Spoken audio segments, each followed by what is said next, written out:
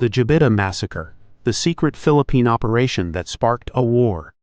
In 1968, a secret military operation was underway in the Philippines. Its goal: infiltrate and take control of the Malaysian state of Sabah. But something went wrong. Terribly wrong. A group of Muslim Filipino recruits, brought in to help the mission, were instead slaughtered by the very government that trained them. The cover-up was swift, but the consequences lasted decades. This is the story of the Jabidah massacre. A forgotten event that led to rebellion, civil war, and lasting scars in the southern Philippines. The Philippines had long claimed ownership over Sabah, a territory in Borneo governed by Malaysia. In the 1960s, President Ferdinand Marcos quietly approved a military operation called Operation Merdeka. The plan? Recruit young Muslim men from Mindanao and Sulu. Train them secretly.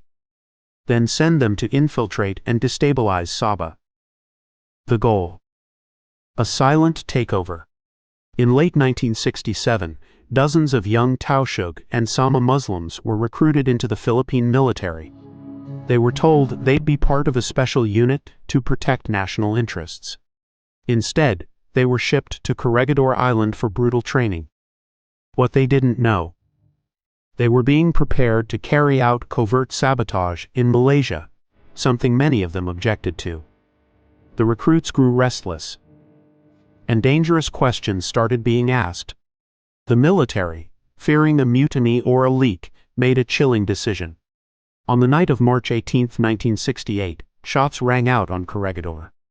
Most of the recruits were executed at close range. Only one survivor, Jibin, managed to escape and reveal what had happened.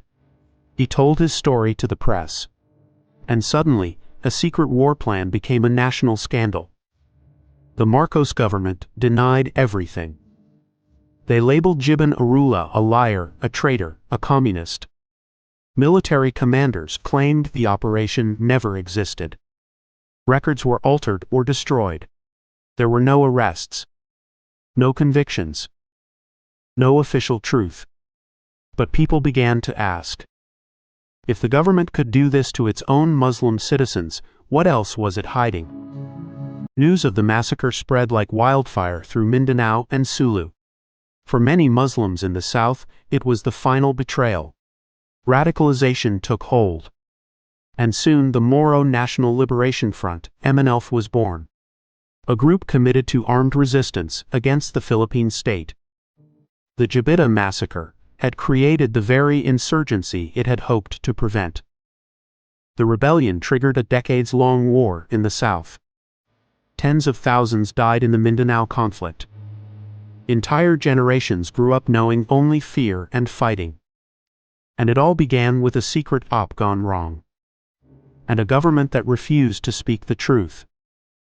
To this day, no one has been held accountable for the Jabidah massacre. There is no memorial, no state apology. But for the people of Mindanao, the memory lives on. In stories, in scars, in struggle. Some call it a myth, others a warning. The Jabidah massacre wasn't just a military failure. It was a political time bomb, one that exploded into rebellion, war, and generations of distrust. And all of it started with a plan the world was never supposed to know. This is Black Files. Like the video and subscribe to our channel. You don't want to miss it.